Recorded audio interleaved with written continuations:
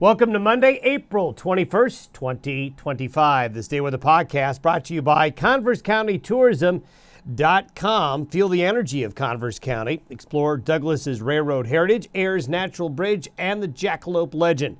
Glen Rock boasts scenic trails, dinosaur history, and small town charm. Plan your visit at ConverseCountyTourism.com. Well, textbook April weather, which means a little bit of everything, like the picture here of a lot of snow in the background, although we don't see a significant snow event this week.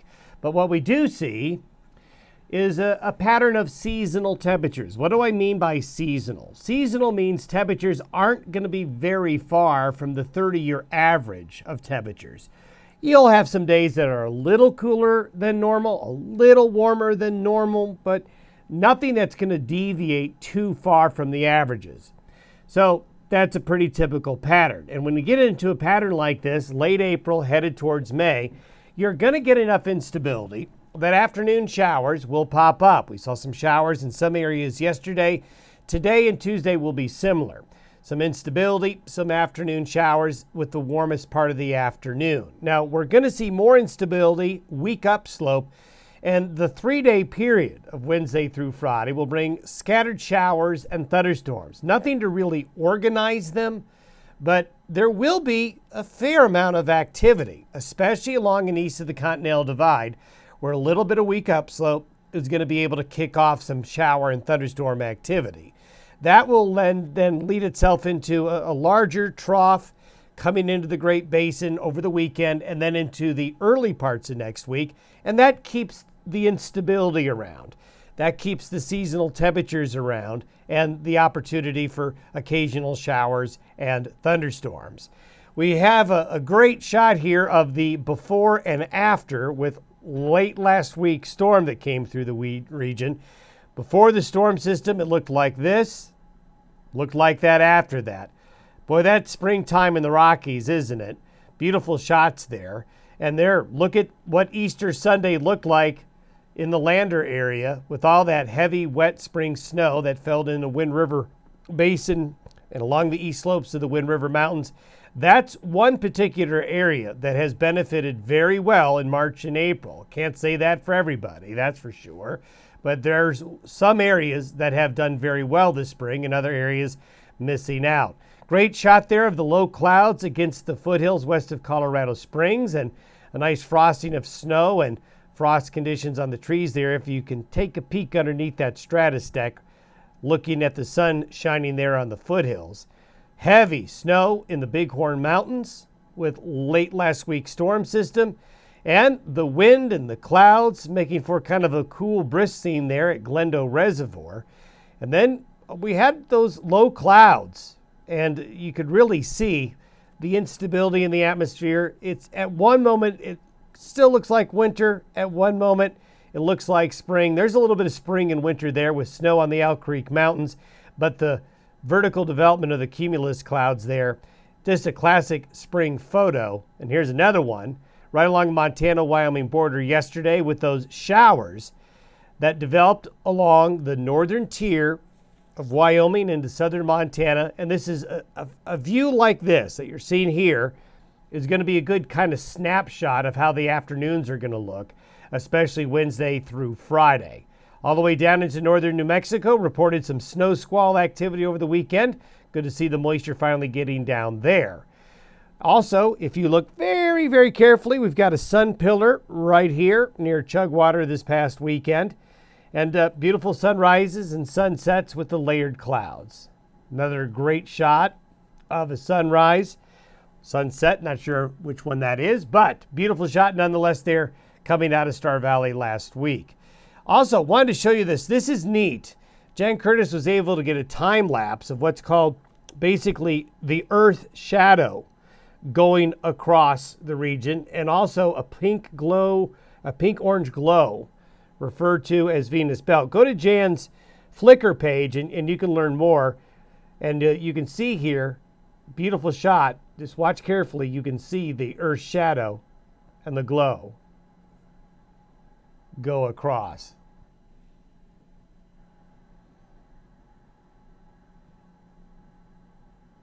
Pretty neat. Thanks, Jan, for sending that in.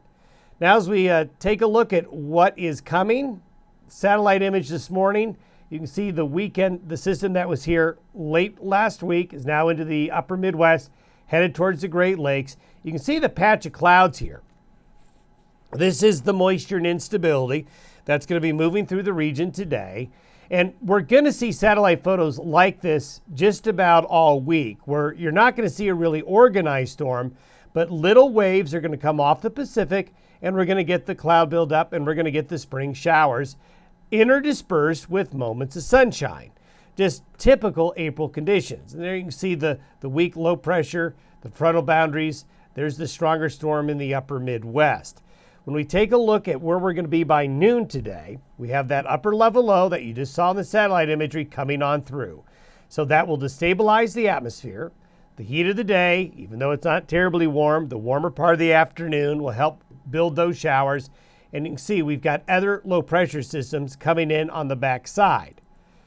Then as we get into Wednesday, we have another little low coming through. Now this one is taking a track a little bit further south. Now with the low pressure west of the divide and pressures dropping a little bit, on the surface, there will be a natural flow of more moist air wanting to come up from the southeast. Not a strong flow, mind you, but enough that as we get into the Wednesday, Thursday time frame, when pressures drop in the Great Basin, air always goes from high to low, and the counterclockwise rotation around this low just brings this natural flow. This is one reason why this time of year you start to get more frequent shower activity.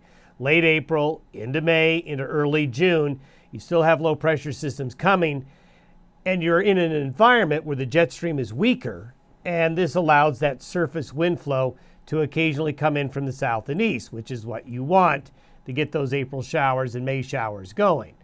As we go into Thursday, that low is still there, and we have another trough coming in. So this is going to bring that 3-day period of weak upslope flow, instability with the colder air aloft coming in with these waves. This is for Friday. So that's that 3-day period where the low is hanging in west of the region. Temperature-wise, this is kind of what I might my seasonal. This is the 5-day average from today through Friday. So you can see there's a tendency to be a little bit cooler than average in the north, a little bit warmer than average in the south, but nobody's off kilter. Nobody is really widely too cold or too warm. So what you want to look for, you look at your average temperatures. The 30-year average, and you're going to be looking at temperatures 50s and 60s, a little bit warmer down south for the week ahead. Now, when we look at what we're going to see with these little waves, these are the thunderstorm strikes, at least the potential to where they could be this afternoon. This is where they're going to be on Tuesday. You can see a bit more down here and into Colorado. As we get into Wednesday, you'll see a pattern here for Wednesday, Thursday, and Friday. Along and east of the divide and out into the plains, but also a little bit west of the divide, with these areas of low pressure hanging out back here, you're going to see cloud buildup and afternoon showers and thunderstorms pop up. So that's Wednesday, that's Thursday, and that's also going to continue into Friday. So if we put the next 5 days together, today through Friday, you can see there's a bias of where the showers and thunderstorms are going to want to be. Along and east of the Continental Divide. Deeper moisture out here means better, more productive rainfall for Kansas, Oklahoma, Texas, but also there are patches of blue here. So you're going to get some of these areas that will produce measurable rain, but they're scattered showers. So it's all up to luck and chance whether or not you're underneath one of the heavier showers or not. But at least the opportunities are there during this next 5-day period. When we get into the weekend, this is by noon Sunday, we have a larger, more organized trough that's going to take its time coming across the Great Basin and into the plains between the weekend and towards the early to middle parts of next week. And again, that's going to keep a weak upslope going. So there's going to be frequent shower activity and occasionally a thunderstorm here or there over the next 7 to 10 days. Have yourself a great Monday. We'll see you tomorrow.